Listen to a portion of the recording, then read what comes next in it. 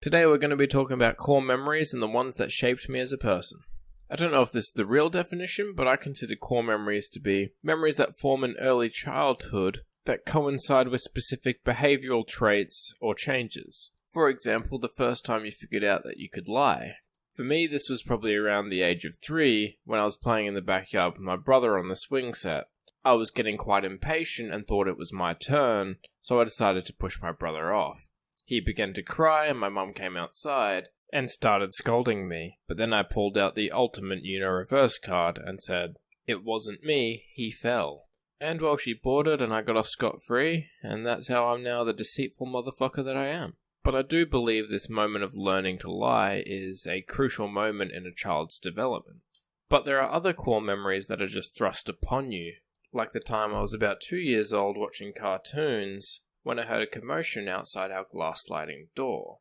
Turning to get a look at what was going on, I saw my dog running away from the chicken pen. He ran towards us at the house with something in his mouth, and then began shaking it. I didn't realize what was going on until white feathers started going everywhere, and I heard the chicken scream. I don't think I quite knew what was happening, but I did know my friend Snowy was no more. And I think this was my first real experience with loss and death, and is probably the reason that to this day I don't eat chicken. And maybe because I'm an ibis too, it might be considered cannibalism. Now, the interesting thing about these core memories is that I'm not a very visual person in my head.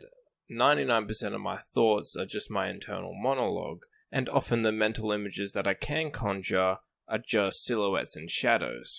But even so, these early memories are very vivid and rooted in the senses. And I find it's only memories from about 5 years old or under that are stored in this way. Memories from later than that seem to just get played back to me through my internal monologue. This led me to believe for a while that I had aphantasia, but after a little investigation, it did seem that that wasn't the case, because aphantasia is the complete lack of a mind's eye, whereas I definitely have it to like 5%. So I don't know, tell me in the comments, do you experience memories as sensory data, or do you experience them as your internal monologue telling you a story? Until next time, catch you later.